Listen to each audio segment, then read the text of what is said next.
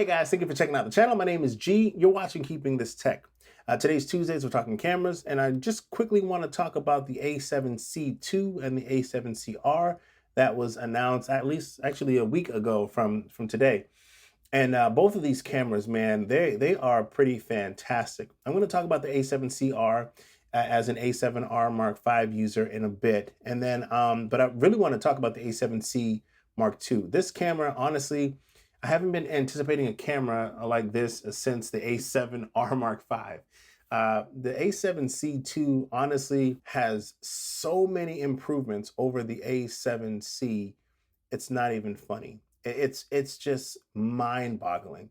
And to be real with you, it's no surprise that it's a big improvement because when the A7C came out, it was already using technology that was 2 years old when it was released. So it makes sense for them to release this camera the way they did. Not only did they bring it up to spec, but they also, moved it a little bit more forward as well and brought it up to all the latest stuff, like what's on the ZV E1 right here. But yeah, let's get into it. The A7C now has the same internals as the A7 IV.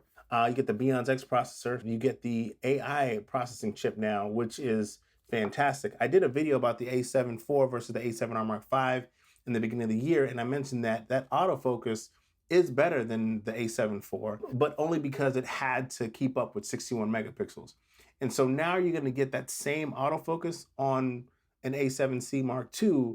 It's going to be incredible. I mean, based on the autofocus, I wouldn't pick the A7C Mark II over the A7 IV. I'm not saying that, but I'm just saying it's kind of cool to see that they went ahead and they brought that over to that camera. And so that makes a lot of sense. It has a front-facing dial now, which is really cool for controlling your exposure and the ergonomics of it. A better grip, and they even included a grip with the A7CR, and you can purchase it if you want with the A7C Mark II. I think I might be doing that. I'm not sure yet. We'll see what SmallRig does with their cages and the grip options and things like that. I imagine that it may be cheaper than spending $150 on that little pinky grip. This camera is really stacked. Now you have all of the 10-bit color, 422. You still have your crop 4K 60. I wasn't expecting them to do full frame, so that's not really too much of a disappointment. But of course, it would have been nice if they gave us full frame 4K 60 or even like a bin version of it. Still, I think that this release is fantastic. So far, people have been reporting that the overheating is not as bad as it has been on the other cameras. Unfortunately, with the last several releases, everybody's opinion has been pretty different from what I've experienced. So I'm going to go ahead and reserve judgment on that. Hopefully, it's true that it does not overheat, or at least it's better in thermals than the ZV-E1, because that'll be a big deal. I've seen some people say that it's even better than on the A7 IV, which is like a head scratcher because the A7 IV is a bigger body. You'd imagine that there's better heat dissipation, even passively, with that camera body than the A7C II, but we'll see. I know that the original A7C never overheated, and that's one thing that I'll absolutely miss about the original A7C. But it's great. It's more expensive now. It's $21.99. There are a couple of things that I was hoping to see that they didn't change. I was hoping to see that they would include an eye cup on the viewfinder. Reports are that it is brighter, which might make it better. I'm not sure. And it's a little bit bigger. There's a magnification bump or something like that. We'll see. I know having the ZV-E1 and not having a viewfinder, any viewfinder is better than no viewfinder. So I'm not going to be too picky about that, but it'd be nice to see if it was like, I guess, better than what it is. But again, we'll see. It's still using a 1/4,000th of a shutter. So that kind of stinks. Also, it sounds like the shutter sound that makes is still pretty loud. And so I wasn't a big fan of that. But those are all like nitpicky things. Those things are not deal breakers for me, but it would have been nice to see if that was different. Oh, also, it doesn't have the CF Express Type A card slot. It's not a dual bay card slot like on the A7 IV. It has one, and on the A7R Mark V has two, and the A7S III has two. There's only just that SD card. Those four things kind of go into the A7R Mark V.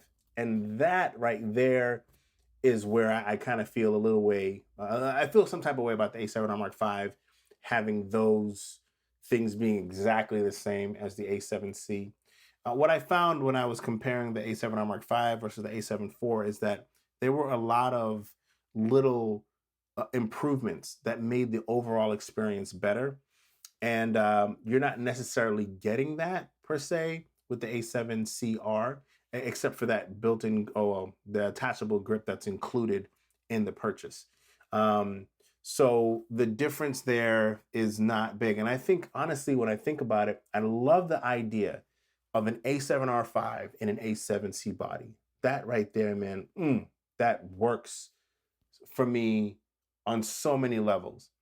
I think the deal breaker for me when it comes to the A7CR, and no lie, I'm trying to talk myself into it, but the deal breaker is that dual bay CF Express type card slot that's missing.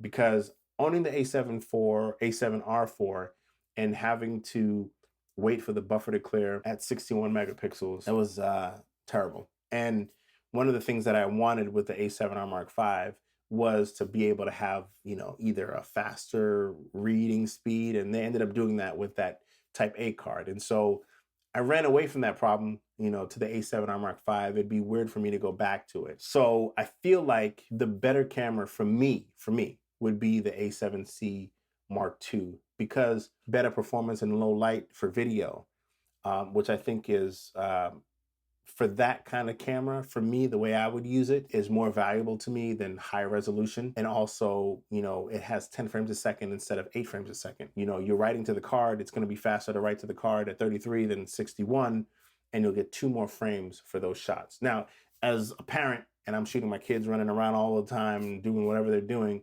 I find that to be a little bit more valuable, right? And I think the other thing of that too is I already own the A7R Mark V. So if I want that experience, I can have it, unfiltered, if you will, with the A7R Mark V.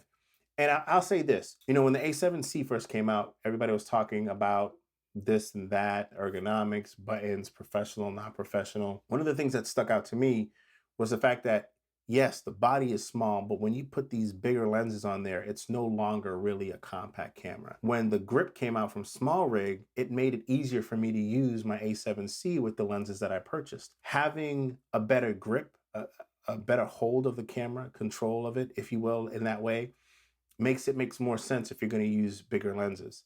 The A7CR is an R camera. A lot of people don't know this. At least it doesn't seem like they do. Or I should say it's not talked about in the way that would make it obvious to everybody.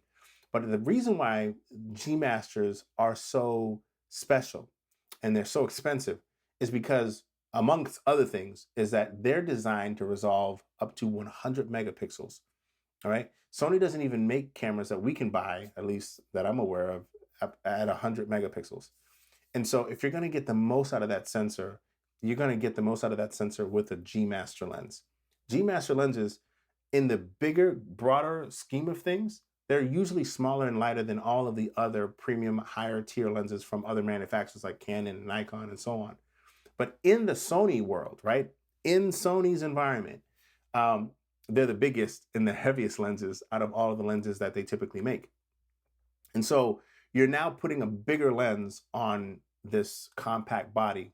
And kudos to Sony for including the grip, making one for that purpose, to make it easier to hold, because I think that's a big deal. I give them a headache for the software updates because, we need those. And I think that our A7S3s and our A1s should have focus breathing compensation. Get at me. I still will hold to that.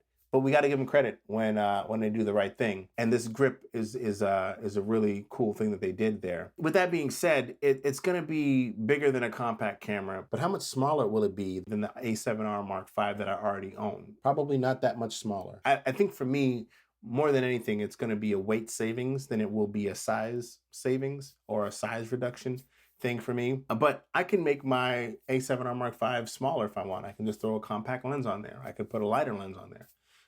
So I think that's the reason why I'm going to hold off on the A7R Mark on the A7CR, because it doesn't make sense for my use, my purpose.